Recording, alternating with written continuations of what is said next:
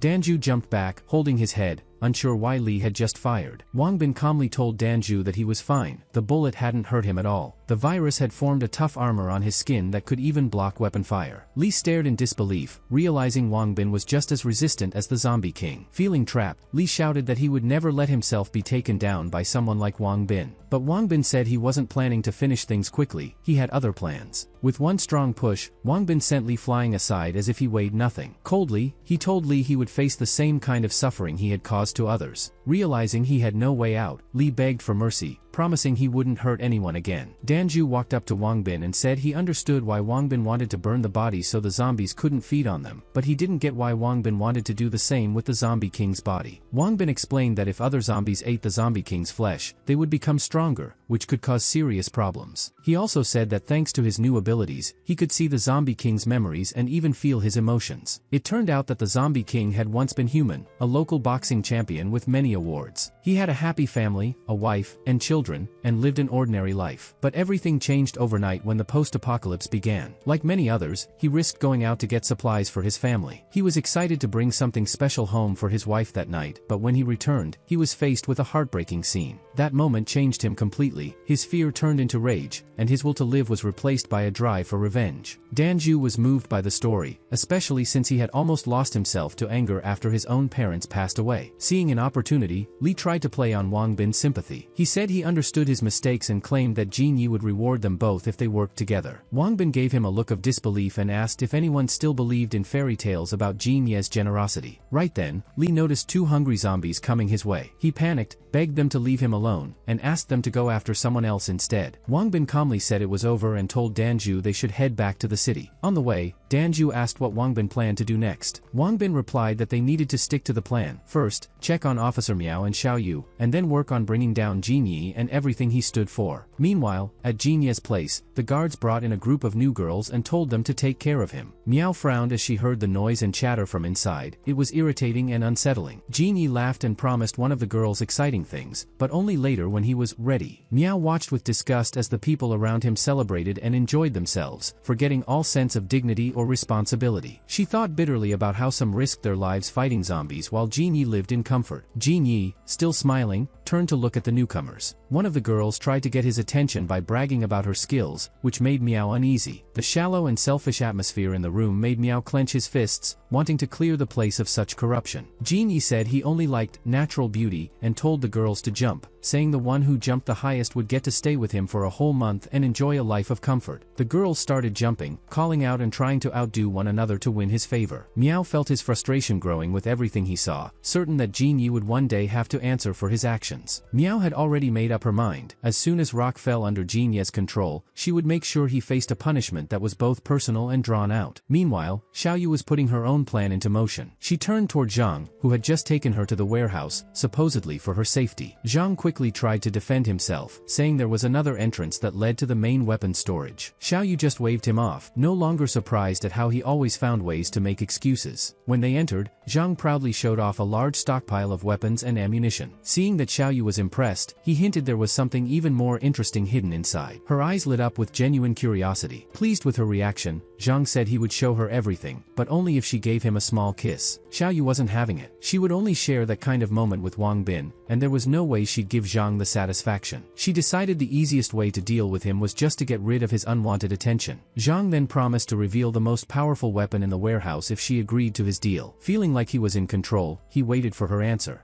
Just then, Danju's voice interrupted, and the arriving guards demanded the doors be opened so they could enter the secure area. The operator looked at Danju in confusion, wondering why only the two of them had returned and where the others were. Wang Bin didn't share the full truth and instead told a quick story about the zombie king showing up unexpectedly. He added that Commander Lee and his men had met a heroic end while protecting the gold and survivors. Although the guards didn't entirely believe Lee had acted that way, Wang Bin invited them to see the gold bars they had brought back. The operator didn't even let him finish before ordering them inside. Gold was all that mattered. As they walked in, Danju quietly warned Wang Bin to stay alert and trust no one in this place. Wang Bin nodded, assuring his friend that it would all be over soon. In the center of the room, next to the pool, Jin Yi was surrounded by women and playing with an expensive Rolex watch. He tossed the watch into the water, saying that whoever grabbed it first would get to spend an entire month with him, enjoying a life of comfort and luxury. Miao watched the scene unfold, thinking to herself how disgusting it was that Jin Yi only seemed to care about his own selfish desires. Suddenly, an unfamiliar woman came too close. With a proud tone, the woman introduced herself as Jin Ye's partner and said she wanted to meet Miao. Acting as if she were just an ordinary girl, Miao changed her tone to sound more polite in front of someone with influence. The woman, meanwhile, was sizing Miao up and quickly decided she wasn't like the other girls around. Miao realized she had let her guard down a bit, and this woman might be suspicious. But then came a surprise. Instead of doubting her, Jin Ye's partner actually complimented her, saying she seemed more trustworthy than the rest. She believed Miao didn't act just for short-term gain, which made her a good candidate to work with. She said she needed someone reliable on her team, as it's easier to keep control when surrounded by loyal allies. Looking Miao in the eyes, she invited her to become her right-hand person, promising a safer and more comfortable life. Miao pretended to be shy about it, not wanting to scare this overconfident woman away too soon. The woman then raised a glass to toast their future cooperation and asked for Miao's name. Without hesitation, Miao gave it, hoping to gain more trust and get closer to Jin Ye's inner circle. Not long after, Jin Ye's secretary saw the group arriving and said it wasn't a good time since Jin Yi was busy. But Wang Bin calmly explained that they had brought gold bars, something Jin Yi would definitely want to hear about. Danju quietly tugged on Wang Bin's sleeve, wondering if this was really part of his plan. Wang Bin continued, saying Jin Yi valued gold above all else, and they had plenty to offer. Luo, however, laughed and told them they clearly didn't understand the situation. Jin Yi already knew they were coming. He had a strong network of informants and had been aware of their movements since their very first day in the settlement. Jin Yi then fixed his gaze on Miao, remembering that she was the one who had once locked him up years ago. He gave a sly smile, clearly confident he now had the upper hand. Wang Bin was a bit frustrated, realizing Jin Ye's memory was sharper than expected. Luo then boasted that Jin Yi also knew Wang Bin had been the one to take down the Wild Sharks gang. She mockingly said they wouldn't last long and that soon Jin Yi would be celebrating their defeat. Wang Bin tried to explain that she had it all wrong, but before he could continue, she cut him off sharply. With pride, Luo announced that everything was happening exactly as Jin Yi had planned, and that Jin Yi was the true mastermind behind it all. Wang Bin was stunned. The whole time, Jin Yi had been toying with them, and now it seemed he was planning to lock him away. Looking around, Wang Bin noticed something odd. In a place like this, there were no guards except the two who had brought him in. One guard told the other they should take the prisoner back to his cell, but the other said that since Sister B was with Jin Yi, everything was under control. Wang Bin quietly told himself that Jin Yi would regret treating him this way. Suddenly, two hooded figures appeared at the doorway, keeping their faces hidden. Wang Bin called out to the ones who had dragged him here and chained him to the wall, but they didn't respond. Then Jin Ye's familiar laugh filled the room as he announced that the show was about to start. Jin Yi began telling a story from before the post-apocalypse, back when he was a powerful businessman dealing with a thief. He said that even though he didn't look at it, he was actually very clever, and that no one who crossed him ever got away with it. Then, after striking his whip against the ground, he told the prisoner to wake up because the performance was beginning. The whip came down hard on Wang Bin, but Wang Bin only gritted his teeth. Thanks to the virus strengthening his body, he was able to endure it, though without it he might have passed out. Trying to stall for time, Wang Bin asked why Jin Yi had gone to all this trouble instead of just negotiating directly. Jin Yi laughed again and said that Wang Bin should be the one to talk terms. Wang Bin loudly offered to hand over all the gold if Jin Yi would just stop this, but Jin Yi wasn't interested in the gold. He was enjoying the game. After he'd had his fun, Jin Yi told his people to turn on the lights, revealing another person tied up. It was Miao. Jin Yi ignored Wang Bin's protests and calmly said he wanted to have a little talk with Officer Miao, just like old times. The door opened, and two model-like women walked in wearing weird clothes. Wang Bin angrily called Jin Yi a coward, but Jin Yi, clearly enjoying himself, told the women to show affection toward Miao. He laughed and pointed at Wang Bin, asking how it felt to watch this. Wang Bin's mind raced with worry, realizing Jin Yi might be planning something inappropriate toward Miao. Meanwhile, the guards escorting Danju shouted at him to move faster. Danju bitterly understood that his plan had failed. They were trapped. Knowing Jin Ye's personality, he was sure they wouldn't be let go easily and would likely face a drawn-out punishment. His thoughts were a mess, especially because he wasn't only worried for himself but also for his sister, who would now be left on her own. He didn't understand why Jin Yi had assigned him 4 guards, and that uncertainty made things worse. Then, without warning, a loud roar shook the entire building, catching both Danju and the guards completely off guard. Zhang, who was tied to the barrel of a tank, suddenly started screaming for help. When the guards didn't respond, he got angry, realizing no one was going to rescue him. Some of the guards even ran off. Nobody wanted to deal with what he called a death machine. Zhang shouted that they would regret it and that his team would personally come for them. Then, a familiar face appeared from the tank's hatch. Danju saw it was Xiaoyu. He couldn't believe it. She was cute but somehow driving this massive tank. She quickly asked where Wang Bin was and what had happened to him, saying that saving her partner was her main goal. Danju gave her a quick update. Wang Bin was being held by Jin Yi, and they needed to act fast. Meanwhile, Sister B teasingly showed Miao a syringe filled with some liquid, saying it was specially prepared for her. Wang Bin, who had been watching everything, yelled at Jin Yi again to let him go and leave Miao alone. He felt frustrated because all the strength he once had from fighting the Zombie King was now gone, leaving him powerless in this situation. Jin Yi walked up to Wang Bin and started talking about his past, complaining about how unfair life had been. Back when he had a lot of money, he said, he still had to limit himself to basic pleasures. But now, in the post-apocalypse, he felt like a king who could do anything. Wang Bin listened with disgust, wondering how someone could be so selfish. Jin Yi then told him that he was now the 5th toy in his collection and that a new game was starting. Of course, Wang Bin had no intention of staying here. He was looking for any way to escape. Jin Yi's eyes lit up as he watched the serum being poured onto Miao's neck. Sister B proudly said it was a rare substance that could stir up strong emotions, and she was eager to see how it would work. Miao shook her head and begged them to stop. One of the women walked up to her and gently ran her hand along her body. From across the room, Jin Yi suddenly shouted in frustration after failing to bite Wang Bin's ear. Wang Bin tried to use one of his new zombie abilities that helped with controlling anger, but to his surprise, his body strengthening skill wasn't working. This worried him. When he checked his anger meter, it showed only 80 points left out of 400. The system explained that anger naturally went down during calm moments and needed time to recharge. Wang Bin knew that if it got too low, he would lose his viral shield, leaving him vulnerable. The system tried to cheer him up, saying the more hits he took, the faster his strength would return. Wang Bin, trying to process everything, came to a frustrating realization. Even though his body was protected from serious harm, the pain from the hits didn't go away. Jin Yi, clearly enjoying having such a tough toy, rubbed his hands together and said they still needed to find someone else who could handle that many hits. Sister B gave a sarcastic smile and said it looked like the medicine was starting to affect Miao, so now the fun could begin. Wang Bin had only one thought: what exactly was this person planning to do to Miao? The girl brushed some hair from her face, then told Miao to get ready for the game. A loud crack from a whip sliced through the air, landing on Miao's skin. She let out a pain sound, and a red mark appeared on her back. Wang Bin could only watch. Sister B, clearly pleased with Miao's reaction, said she had many more new experiences to give her. Seeing the marks on Miao's back made Wang Bin's chest tighten with frustration. The system then notified him that his anger level had gone up by 2 points, and his protective shield was working as expected. Jin Yi seemed impressed. Not many could withstand his hits for so long without giving in. Still, Wang Bin knew that while the virus in his body could help protect him, it couldn't stop the pain completely. His thoughts were racing, but no solution came to mind. Meanwhile, outside, another tense scene was playing out. One of the guards aimed his weapon at Danju and said he was too bold for trying to steal a tank from Jin Ye's group. Danju lifted his head proudly and said he had no choice but to stand up for himself and for dignity. Speaking to the crowd, he urged the townspeople to unite against their common enemy, saying they could protect themselves if they worked together. The guard then ordered his team to attack the tank with a grenade launcher, saying it was time to finish off these rebels. One man warned that Zhang was inside the tank and could get hurt, but the leader of the security team replied that if Zhang,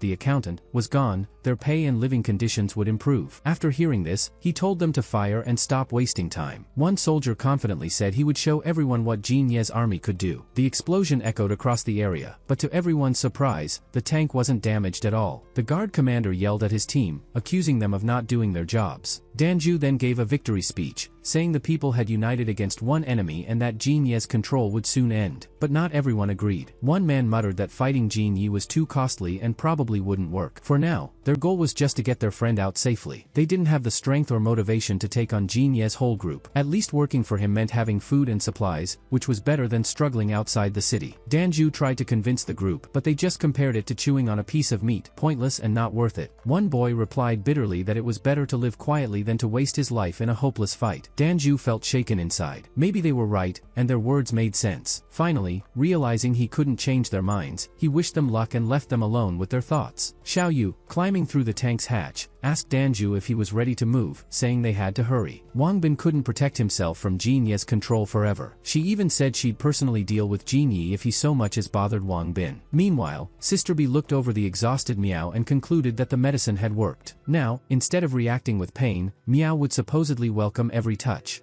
Seeing Miao's fear, B leaned in and told her there was nothing to be afraid of in these games. Getting so close it sent shivers down Miao's spine. Miao tried everything she could to get away, but nothing was working. In a low voice, she told Wangbin she was about to collapse and really needed his help. Jin Yi stared at Wangbin in disbelief. He had been hitting him for half an hour, but Wangbin had no serious injuries, only torn clothes, not a single mark, and not even a scratch. Jin Yi clenched his fist and struck again, but Wangbin didn't make a sound. The system then told Wangbin that his protection level had increased, though he still needed 200 more hits to fully restore his antivirus shield. Feeling stronger, Wangbin shouted at Jin Yi, asking if he was done or had more in mind. Wangbin cut off Miao's panic, saying she'd been through enough and that if the situation were reversed, he wouldn't show mercy. He warned them they would soon learn what it was like to face someone who could take a hit and fight back. His determination came from the anger he felt over Miao's suffering. She wasn't just a friend to him, and he wanted to make things right. Miao was shocked, realizing their bond went deeper than she thought. Jin Yi stepped back in fear, worried that Wangbin might break free at any moment. B reassured Jin Yi that no one had ever broken the special restraints before. But Wangbin was already standing tall, clearly close to escaping. The others could see something was changing in him, though they didn't yet know what it meant. Miao watched in disbelief. She couldn't imagine Wangbin having such power. She felt a strange and unfamiliar sensation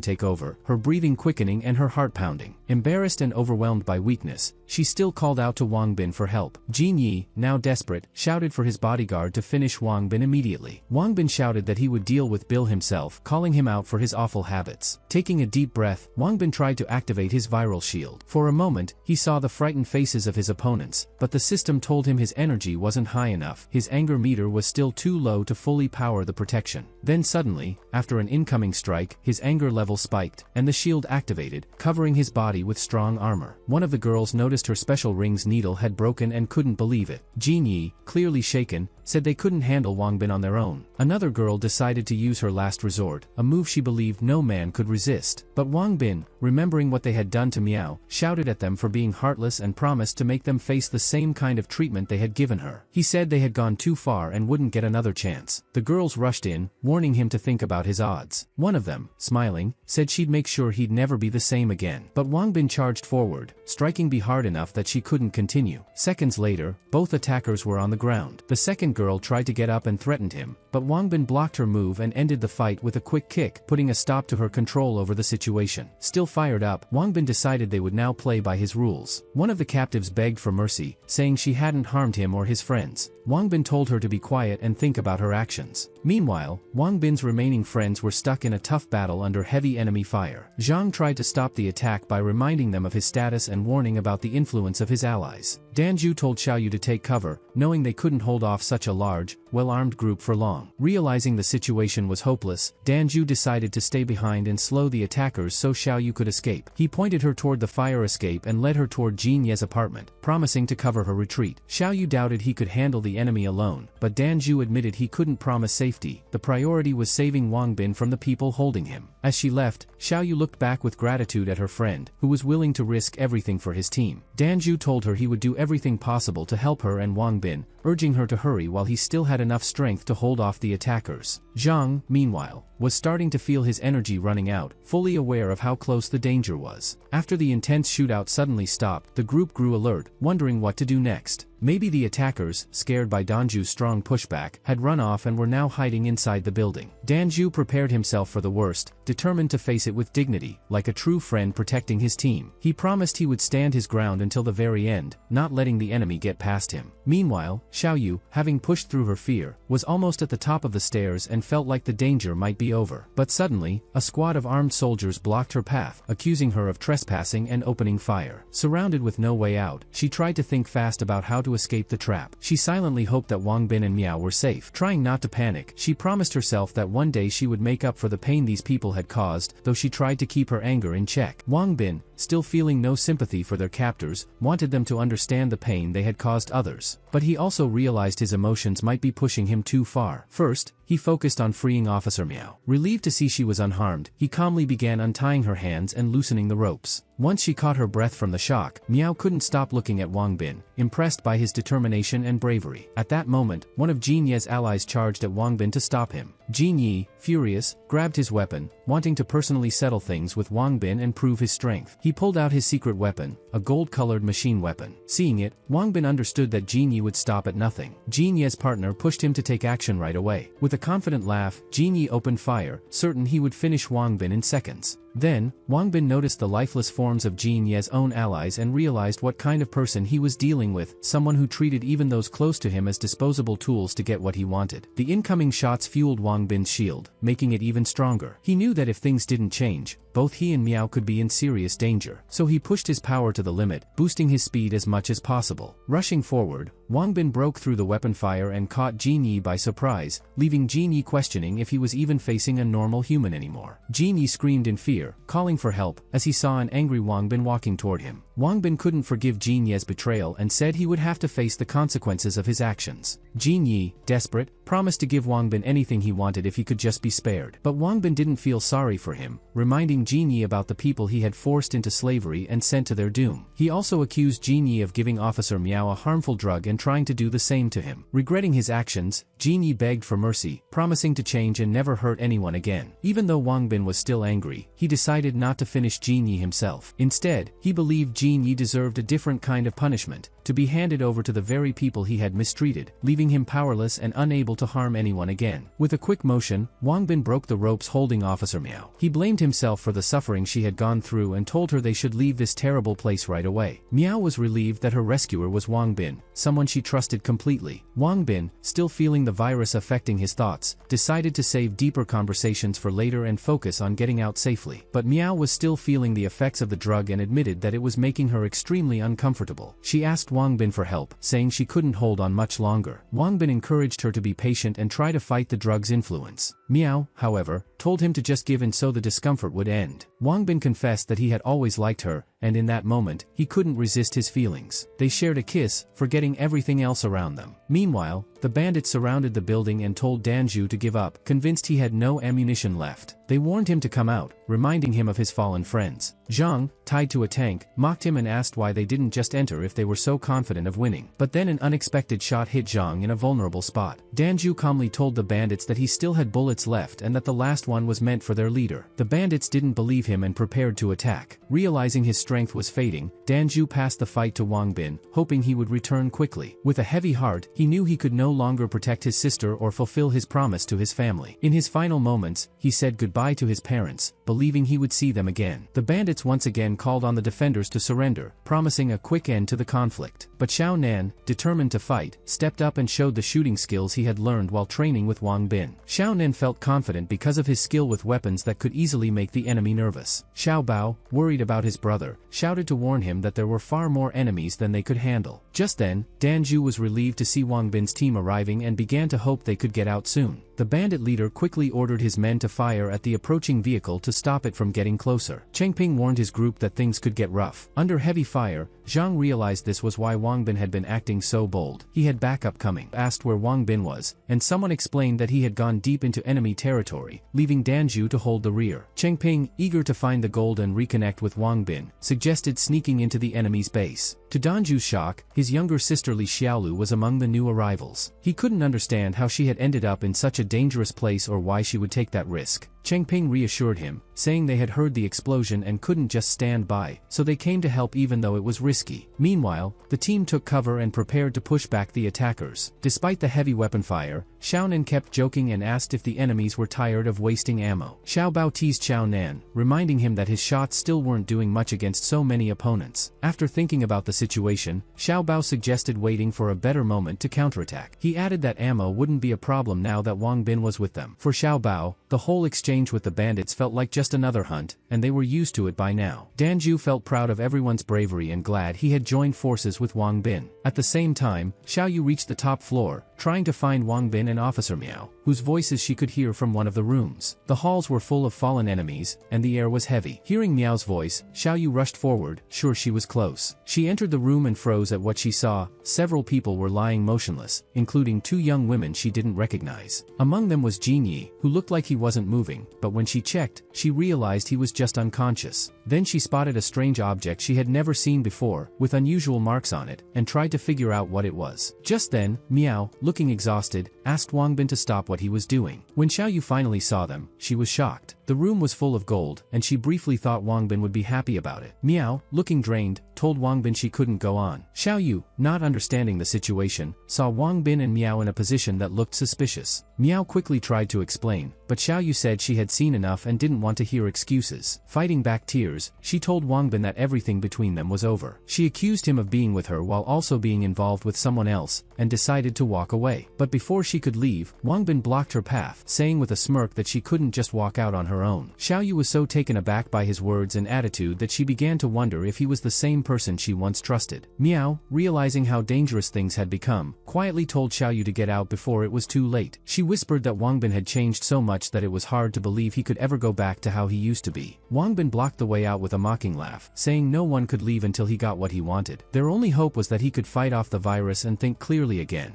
Outside, the sound of non-stop weapon fire showed that the conflict was still going strong. Chengping realized the enemy now had more people, which made their chances of getting out safely much smaller. Danju saw how aggressive the enemies were and braced for the worst. The opposing soldiers mocked the defenders, telling them to come out and face the end bravely. One of Jin Ye's soldiers stopped firing and told his teammate to keep fighting. Angry at the hesitation of his own group, the soldier told them to either join in or leave. Pointing his weapon, he ordered people to move away from the building, saying they were clearing out troublemakers inside. The crowd, already fed up with unfair treatment, refused to back down and started to argue fiercely. A woman stepped forward, reminding Jin Yi that he had promised to share supplies in the morning. When the crowd began complaining about the lack of food, the soldier tried to calm them down, asking them to wait until the area was safe and promising they would all get something to eat. But then one soldier noticed a bag near Xiao Nan's feet, which might have contained rice. Seeing their interest, Xiao Nan spoke up, saying these were the people who had taken the community's food. He claimed Jin Yi and his group had been hiding supplies and even planned to harm people. To prove it, Xiao Nan showed the rice and dried meat they had gotten from the bandits. The soldier called him a liar, but the crowd's anger grew. Xiao Nan added that Jin Yi had been starving them on purpose by giving out spoiled soup. Just then, a stray bullet nearly hit Xiao Nan, forcing him to take cover. The soldiers kept denying everything, saying they ate the same food as everyone else, but the crowd no longer believed them. Desperate for fair treatment and fresh food, the people joined together and rushed at Jin Ye's group to take the supplies. Xiao Nan saw this and was pleased his plan was working. The first part of creating chaos between the soldiers and civilians had been weapon. Chengping, excited, felt this meant the next phase of their plan could start soon. Meanwhile, Wang Bin finally regained control of himself and realized with regret that he had acted wrongly toward Officer Miao. Disclaimer: this is purely a fictional story, made for entertainment only. Don't be influenced to hurt anyone's emotions or don't do squeezing before marriage. If you still go ahead, it's completely your own responsibility. He blamed the virus for clouding his judgment but still felt ashamed. He worried about what Miao would say when she woke up and how he could explain his behavior. The system inside his mind told him not to hold back his natural needs too much, warning that ignoring them could have serious effects, even possibly turning him into something worse. Wang Bin, shocked, asked the system why it hadn't warned him about this earlier. The system replied that nobody had asked, and added that having 2 attractive companions wasn't a bad thing. It suggested that Wang Bin find a partner in real life so he could naturally lower his stress when needed. Frustrated, Wang Bin told the system to finally reveal everything it was hiding. The system refused to share all its secrets, saying he would have to figure things out himself, and reminded him about the large amount of gold in the room. Wang Bin stopped arguing and asked it to calculate the total weight. After a quick check, the system said it was exactly 42 kilograms. Wang Bin quickly estimated its value and realized it could disrupt the entire economy if revealed. Such wealth would attract attention from both the authorities and less friendly groups, so he would need to be careful about how to handle it. The system told him not to overthink it and suggested just playing the lottery, saying he'd be guaranteed to win a big prize with that kind of capital. Wang Bin felt disappointed, realizing the system had misled him again. Just then, Xiao Xiaonan spotted Wang Bin at the end of the corridor and happily ran over to share the news. Wang Bin asked why he had left his post, since the bandits were still a threat. Xiaonan quickly reassured him that they had already taken care of everything outside. Danju, still concerned about Xiaoyu and Officer Miao, was relieved when Wang Bin said they were fine and simply resting. Danju reminded Wang Bin that this was the perfect time to quietly leave during the chaos. Wang Bin agreed, saying they would take the gold and go right away. Seeing Wang Bin unharmed, Chengping was excited and congratulated him. Glancing at the sleepy faces of Xiaoyu and Miao, Chengping smirked and joked that the night must have been eventful. Wang Bin gave a tight smile and agreed it had been a busy night. In the background, they could hear the sounds of the ongoing conflict and people shouting for Jin Yi and his group to be dealt with. Xiao Bao was surprised that people could act so desperately over simple survival and a bit of rice. Chengping, still annoyed, commented that they hadn't been able to take the tanks because no one knew how to use them. That gave Wang Bin an idea, and he asked the system if the tanks could be stored in virtual space. Meanwhile, Danju looked at his younger sister Li Xiaolu and apologized for having to hide again. Li Xiaolu reassured him, saying she would always be there for him, and that thanks to Wang Bin they were now safe and no longer had to worry about going hungry. Even with her optimism, Danju still asked if she ever felt afraid of living with constant danger. Encouraged by Li Xiaolu's words and impressed by her bravery, Wang Bin welcomed her and her brother Danju into his team. Danju, feeling honored that Wang Bin treated them as equals, promised to follow his lead and trust him completely. Wang Bin, however, felt a little awkward that Danju, who seemed older, kept calling him brother, and asked him not to do that. Danju quickly explained that he was actually only 18. Wang Bin was surprised, thinking that joining special forces at such a young age was impossible. Danju admitted that he had exaggerated his story and apologized to everyone. Li Xiaolu teased her brother, saying it was obvious he had never had a girlfriend before. Meanwhile, outside, a crowd demanded that Zhang hand over Jin Yi so they could deal with him. Zhang agreed, knowing Jin Yi had nothing left to lose, but Jin Yi suddenly regained consciousness. He tried to recall what had happened and figure out how to fix the mess he was in. Not seeing his captives anywhere, Jin Yi first thought they had escaped. But soon, realizing something was off, he rushed to his gold stash, only to find it completely empty. It hit him that he had been robbed, leaving him with nothing but false promises to those who depended on him. As the crowd stormed into the room, the leader accused Jin Yi of breaking their deal and demanded to know why they still hadn't received the food he promised. Shocked by their boldness, Jin Yi angrily shouted that he was the one providing them shelter and food, and warned that they'd go hungry if they didn't stop protesting. He accused them of wanting to take his place, and in frustration, announced that food prices would be doubled. This made the crowd even more upset, as it meant they would have even less to eat. Wanting to end the argument and start searching for his missing gold, Jin Yi ordered everyone to leave. When no one listened, he tried to intimidate them. Just then, he noticed a woman in the crowd who looked unwell. She trembled, saying her son was starving and needed more food. To Jin Yi's shock, she began showing signs of turning into a zombie. Witnesses guessed this might be from a strange ingredient in the soup. Zhang then admitted that, on Jin Ye's orders, he had added zombie meat to the soup, thinking it was harmless to healthy people. Realizing the seriousness of Jin Ye's actions, the crowd decided that everyone involved in making the tainted food should be punished. They chose to leave those people in the room with Jin Yi, so the very zombie created because of him would be the one to deal with him. Jin Yi desperately called for help as the zombies closed in, but it was already too late for him. And that's a wrap for today's video. If you enjoyed the content, hit that like button for more juicy updates, and don't forget to smash that subscribe button for regular updates.